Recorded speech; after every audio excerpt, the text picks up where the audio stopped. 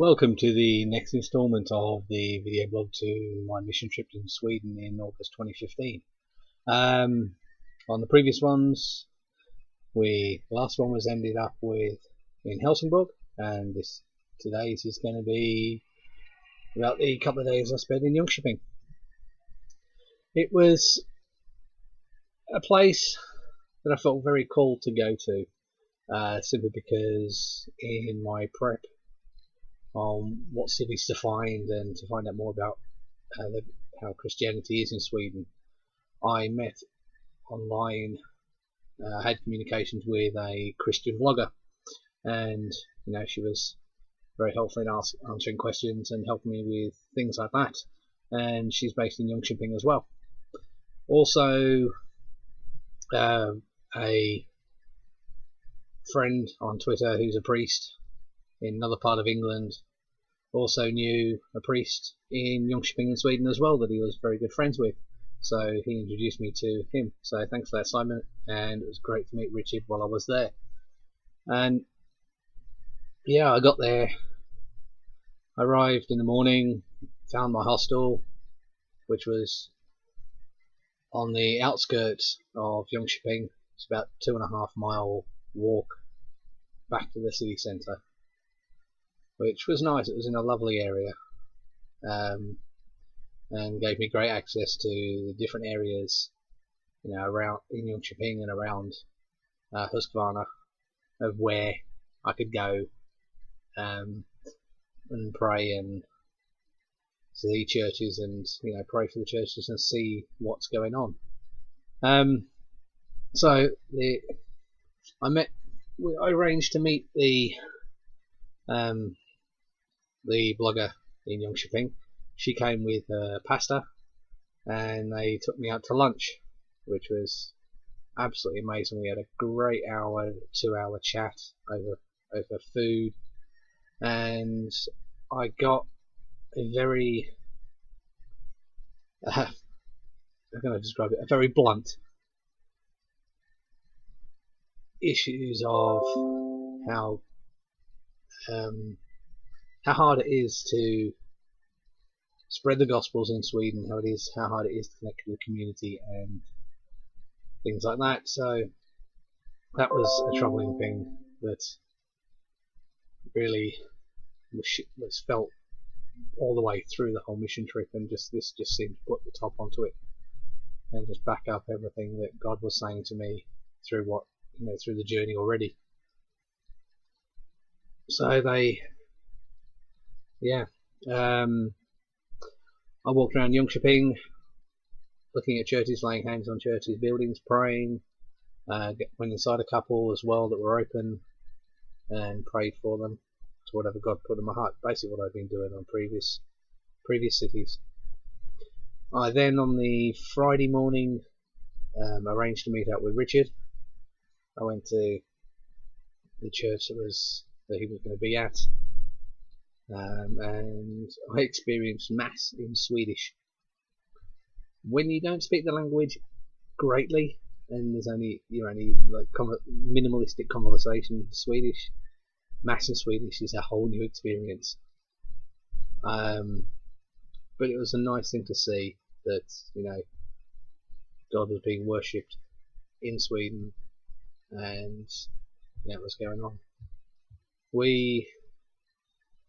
They welcomed me into the church. There's only a handful of people there in the morning. It was 8 in the morning, I think, when the mass was going on.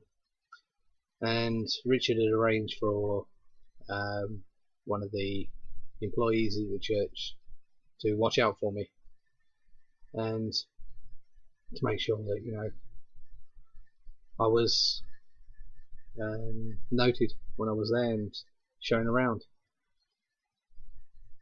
So yeah, it was really nice. There was a fair few churches that I went to in Jonkoping. I went out to Oxenhaga, I think it's called, on the recommendation of my friend in England, where he's been out there previously, and that's a church that he's He's been to and worshipped in as well. So I went there, and I walked there, walked back. Yeah. The going back to the mass, after the mass, I was invited to share a meal with him in the morning. It was very nice to have fika that early in the morning and have some food. I had a great chat with Richard, and took my first ever selfie. Well, Richard took it and he stuck it up on Twitter, and it was nice to have a chat. A very passionate man for Christ. Wanting to see the city, set on fire again for Christ and His Word. I got a huge sense that something was going to happen, something is going to happen. Don't know what, but it's just the energy that came from him when I was speaking to him, and none of it seemed false. It was all just, it was like talking to a friend that I'd known for years. It was a really, and when he spoke and introduced me to some of his team, I got the sense when we were sitting in the room, when we were standing, and they were sitting in the room and we were eating, and it was just, I don't know, it's hard to explain. I don't know. But there's something on there. There's something going on that God's got planned for him there as well. So yeah, the meal I had was an absolute blessing. And the lunch that the other Christians I met up with as well was a blessing. It's just the hospitality I got from the people I'd met, the family I'd met. They're just not people I describe them as family. It's people I've been praying over ever since being back. It's now beginning of March 2016, and I still think about them. I still pray for those people. I pray for the churches over there. It's something with Jonkoping that's just hasn't settled within me since coming back. It's a weird. It's not something I've ever felt before. It's like I said, something. I don't know. God's got something planned. I don't know what.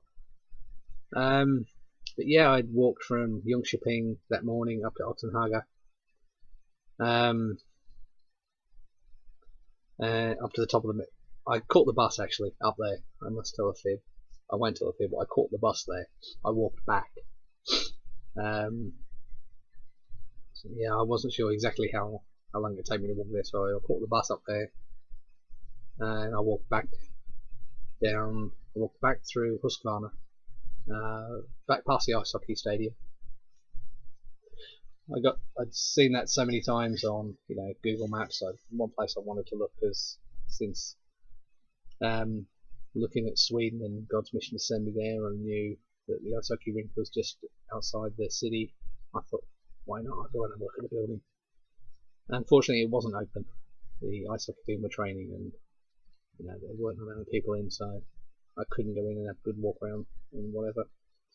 So I walked back from the Ottenhaga back via the ice hockey stadium back to Jonkoping, and back to the hostel. It's a lovely city. There's a lot of churches in a good vicinity of where the main residential areas are.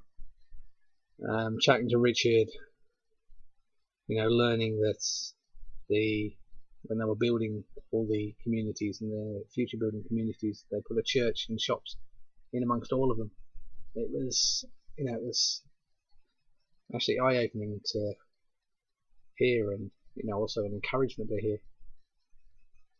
So yeah, it was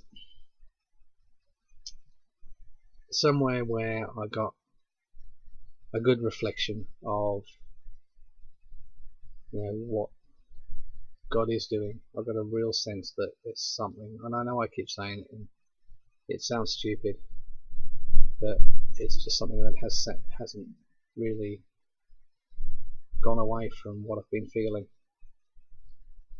up to that point.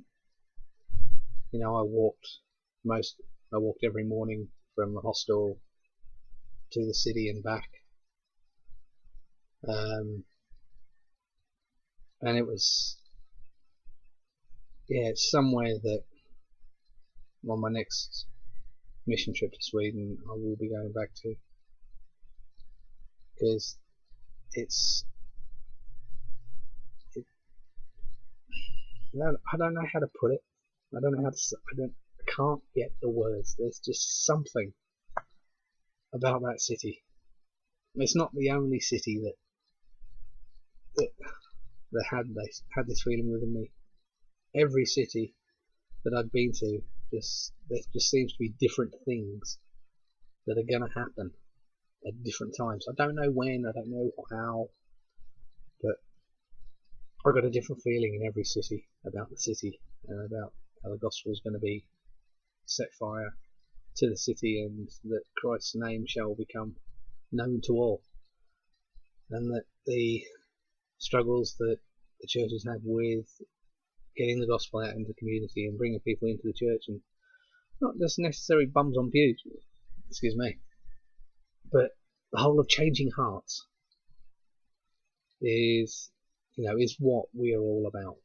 It's not about how many people can we get into our church and things like that. If we start looking at those sort of things, then we are tempted, and we are possibly tempted to start watering down the gospel. We've got to look at changing the hearts with the truth.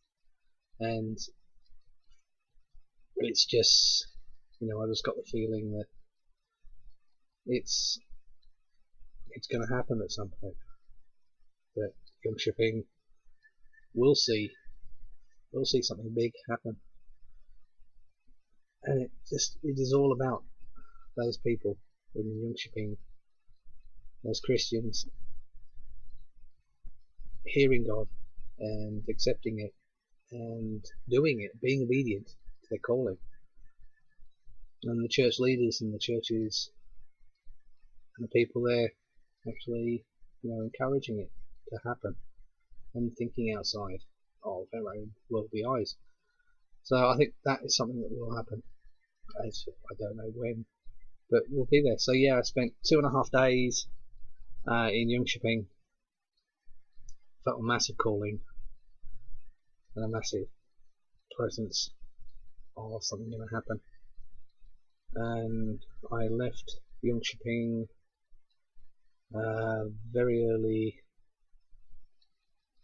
Saturday morning of the second week, so I only had a couple of days left in Sweden. The next vlog is going to be about the 28 hours, I think it was 28 or 32 hours I spent in Stockholm, or just on the outside of Stockholm, which, yeah, in that time a lot went on, not just transforming me personally, but from there on. But I'll leave that till the next one. But again, yeah, if you've got any questions or comments, please leave them below. Always great to answer anything I can, and provide more insight into what I've already said. Please, feel free to subscribe. You'll get the regular updates, and you can always find me on Twitter, and my name is Sheep of Jesus. Hope you've enjoyed watching this, and tune in to the next one. God bless.